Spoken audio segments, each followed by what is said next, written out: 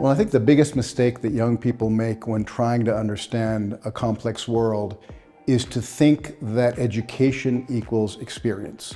Now, education is very important as a preparation, but I think there needs to be an understanding that complexity requires experience and understanding and judgment.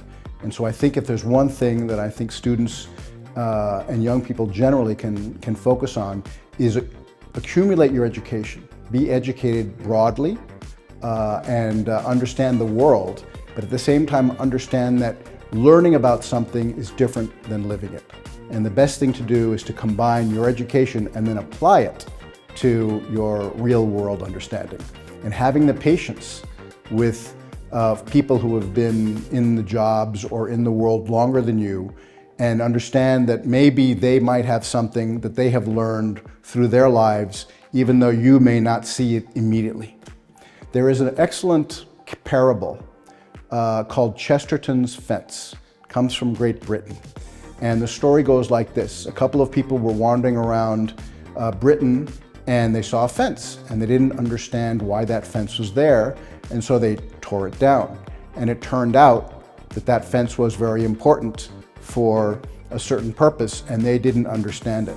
And so the idea really is to understand why something exists, why something is being doing a certain way before you decide to change it.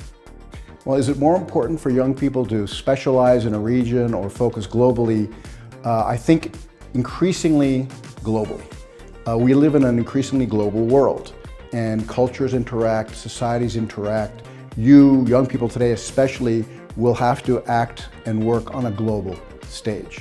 Therefore, specialization is good to a certain extent. In other words, it's good to know more about one region than the other, but to do so ignoring the rest of the world, I think is a mistake. The world today requires young people, requires students to have a very clear understanding of how things interact together, how people work together, how cultures work together, how countries work together, and how what happens in one part of the world affects another part. We're seeing today, as we speak now, we're having a conflict in the Middle East with Iran, and we're seeing how that conflict is having an effect not only on fuel prices now, because we've all seen that fuel prices are going up, but we will see in the months to come the further on downstream effects of that conflict because of the, for example, critical minerals, sulfur will affect fertilizer. Fertilizer will affect the price of crops. Crops will affect the price of groceries. You will pay more for groceries a few months down the line because of what is happening in the Middle East right now. So understanding how the world works together is, in my view, more important than knowing how one region works specifically. For anyone who wants to work in international relations today, I think I would recommend learning broadly about cultures, about societies, about people. Now, the one thing that everyone is talking about now is AI, right? AI. Now, AI is not going to solve anything by itself. It's a tool, it's an aid.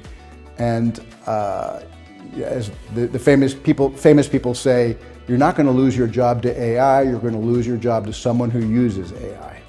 And so you should certainly learn about AI. You should learn about languages. You should learn about how to work together in a group. The days of the one person working in their basement to come up with a new app or do something, invent something by themselves are ending. Now, almost all the things that we do in international relations is group work.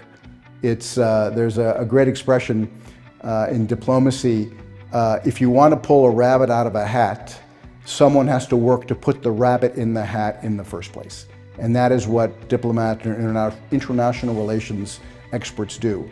We work to put the rabbit in the hat, and that requires an understanding of rabbits, of hats, of magic, of who's putting the rabbit in the hat, who doesn't want the rabbit in the hat, what is the context in which the rabbit in the hat in the show is going on. All these things are important for international relations students now. Language, particularly important. Now, we all know, that English is the lingua franca now of the world. But you know, and I know, and anyone who speaks English as a second language, that what people say to each other in their mother tongue can be different than what they say in English. And understanding and communicating with people in their mother tongue is really crucial to understanding international politics and international relations. Finally, another famous saying is that I think is very true in international affairs is that culture eats policy for breakfast.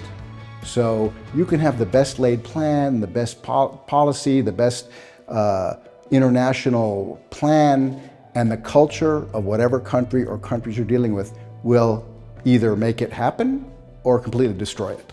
So you really do need to understand not only the idea, not only the as we say, the lab portion of something, but actually what is happening on the ground. So having a broad education in international relations with culture, with language, with society, working with people, and working with AI are all important. Well, it's a good question. What will the world be like in 10 years? If I knew that, I would work on Wall Street and I would be a wealthy man. I am not, and I do not know what the world will be like in 10 years. I can make a good guess. The world will be more complex.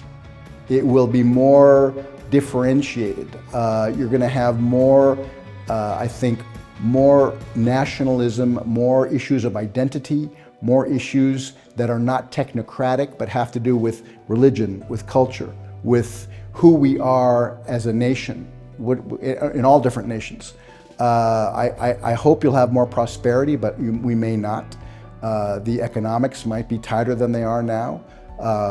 Resources, water, fuel may be more difficult. I mean, unless we do a clean energy transition, which is happening in much of the world, but we'll see how that goes. So I think you're going to have to be a lot more aware of a lot more things in a much more complex world in 10 years. Nonetheless, the human factor remains. Historically, you know, we've gone through crisis periods and difficult periods before. Anyone who studies history can make sort of analogies to what has happened in the past. And at every instant, it is the human factor that matters. People understanding other people, people understanding circumstance, people analyzing society, people working together to resolve problems. And that, to me, is the key for anyone thinking about 10 years from now.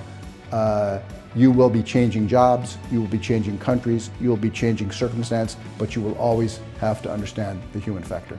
So that's as good as I can guess. Ask me in 5 years, and maybe I'll know better what's going to happen in 10.